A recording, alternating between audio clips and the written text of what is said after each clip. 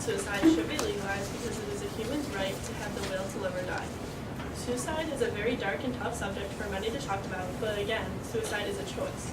If one is in the physical and mental mindset of not living anymore, it is their decision. God created all humans equally. Everyone was born with natural rights. If we take away the right of allowing a person to choose to live or die, we are restricting their God-given abilities. Source 3 states, we are able to choose all kinds of things in life, from who we marry to what kind of work we do, and I think when one comes to the end of one's life, whether you have a terminal illness or whether you're elderly, you should have a choice about what happens to you. These are the wise words of a former medical director. Why is it that, as Americans, we can be granted rights to who we love, what we do, or where we go, but we cannot choose when we want all of this to end? It is extremely bizarre to think that we can restrict the will of a human. Because of the free will granted to every living person at birth, physician-assisted suicide should be determined okay today. The idea of euthanasia or physician-assisted suicide has been around for a few hundred years. It has been argued by many generations if it's right or wrong. Physician-assisted suicide should be legal throughout the United States for the benefit of the people. Source F supports the idea that it is the choice of the patient. It is an ethical decision people should get to make.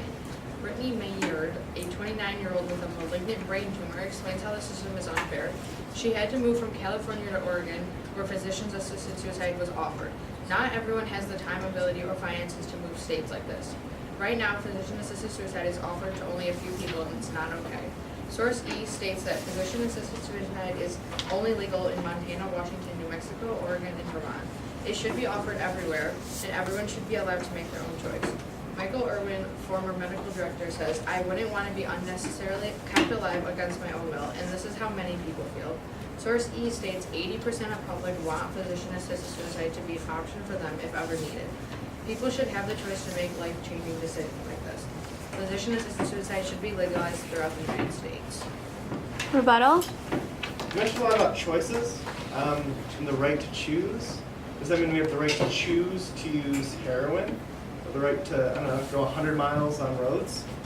The government exists to serve the people, and in the case of physicians and suicide, it's serving us and helping us make better decisions to preserve our lives. And I just wanted to make a point that suicide is illegal in the United States, so if choosing is so important and why can't we choose when we die, then why don't we legalize all forms of suicide if that's what we're going for?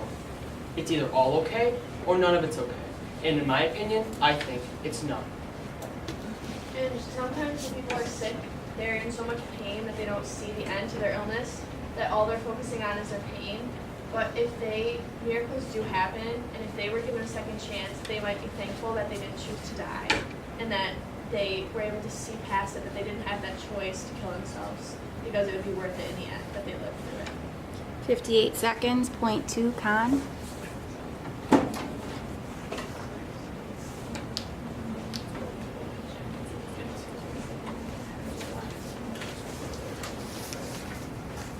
To believe that mere length of existence is looked upon the unbearable and painful thoughts that trump the kindness of granting someone's request for help to end their suffering easily and quickly is to have one's priorities utterly wrong, stated by Source C. It's devastating when a friend or family member is diagnosed with a terminal illness. You want to reach out for help, but you're often unsure how to handle the situation and what to say. Fearful of saying the wrong thing, PAS is a solution to look around at any cost, as terminal illnesses can be handled or natured in different well-respected manners. Strategies such as engaging involvement, asking important questions about their future, and being a good listener around them all contribute into debunking terminal illness. Yes, it is true that terminal illnesses cannot be cured, but is PAS a really beneficial solution when there are so many possibilities and activities for one who has a terminal illness to experience? PAS may be a solution to some, but sadly, if one knows the end of their life is coming, it shouldn't be influenced by someone else, as this disregards the wishes of the one who wishes to die in peace. According to Source B, suicide is a right to a person who desires to commit such an act. One who decides on such a burden should allow their family's consent to respect their wishes and dignity to do so. The act of PAS disregards this factor, especially to those who face terminal illnesses, commit suicide every year. Over 1,000 people with terminal illnesses commit suicide every year. That's an average 20 people who are lost every week. These people who perform such an action clearly desire to end their lives, and it should be a natural cause of death to do this, not to be interfered by the influences of somebody else.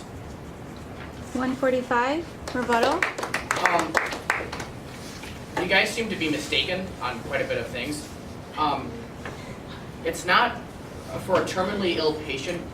It's not for any of us to decide, like, how they should live out the rest of their life, or if they should. Like, the choice is whether they should continue on. So when someone's given the diagnosis that you're terminally ill, you're going to die in 3 months, I think it is prudent to think that that person should be like, well, you know what, I'm going to play bingo the rest of my life in bed.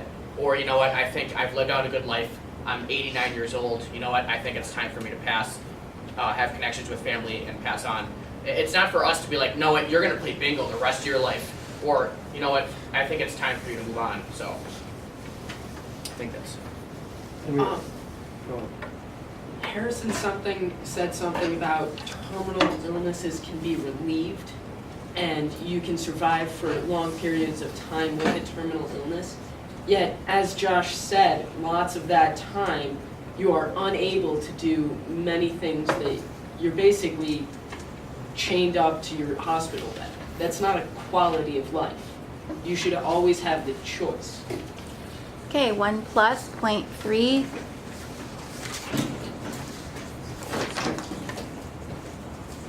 I'm reading Ben's point. Okay. Okay. The Hippocratic Oath has been a way for doctors to declare their legal status while promising to do nothing malevolent to their patients. However, the oath has changed in various ways over the years. This is because it is important to update the oath to keep up with the times. For example, it would have been irrational to make a set constitution that could not have been amended.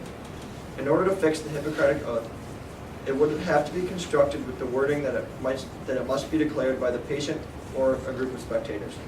By doing this, it satisfies the point that a doctor cannot be malicious because the patient declared that it was their wish to die. Also, a group of spectators listening would prevent any issues that may arise from doctors being aligned. If a person is so ill that they are mentally incapable of making the decision, it should be decided by their closest family members. If a person does not have any family to make the decision, then it should be made by a group of doctors or board members. The Hippocratic Oath has been changed many times over the years and can be changed once again to make way for physician-assisted suicide. 1 minute, 1 second, rebuttal. One of the very first points stated within the oath is first to do no harm to patients. The second point is to give no deadly medicine to anyone if asked. And that's like stated within the oath, and that goes against everything physician-assisted suicide stands for. And although the times have changed, if anything, medicine has become more advanced and given us more opportunities to enhance the quality of life for someone with a terminal illness. It hasn't restricted anything like that. If anything, we should have allowed physician-assisted suicide in the past and now made it illegal because there are so many other options for patients. And really the choice shouldn't be other people influencing them. It should be whether or not this person wants to live, and making it legal would cause influences towards the patient to choose death over life. Nothing in life is promised except for death. Why should we give doctors who we almost know nothing about the choice to end our own lives when it is so sacred? It's the only thing that is given to us on this earth. 56 seconds, point 3, Con. We're just going to forget about that. What point is this point? 3.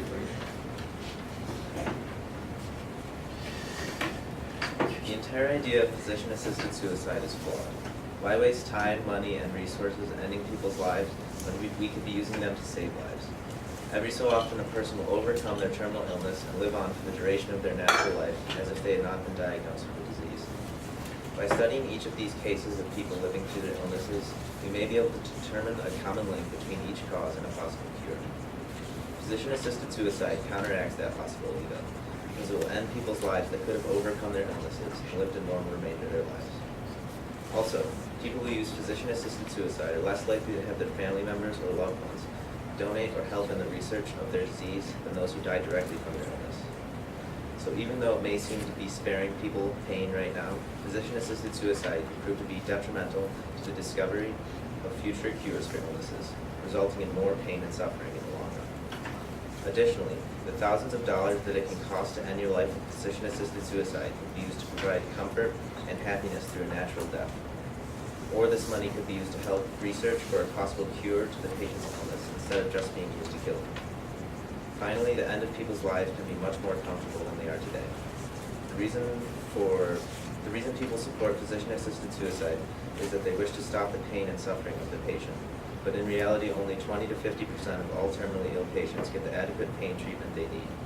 By correcting the treatment for the patients, the need for physician-assisted suicide would ultimately vanish. 1 minute, 32 seconds, rebuttal. The other side said that every so often a patient or someone who's been diagnosed terminally ill will survive. Now, I want you guys to think about that, the judges. Should we leave life up to the lottery? It's a lottery system. Well, she may live and he may live, but just let them keep struggling and maybe they'll come out alive. Or have them at the time make an educated decision. You know what? I think it's time for me to go. Or have a Bertha and Gertha continue through life. You know what? I think I may get through this. I mean, is that really what we're trying to do here? Are we trying to extend pain longer and longer? Just keep that in the back of your heads. The con side stated that you would be saving money with PAS. However, this is completely false. The amount of money that it would cost for physician-assisted suicide is much less than the cost of these pain treatments that the patient would require. 1 minute.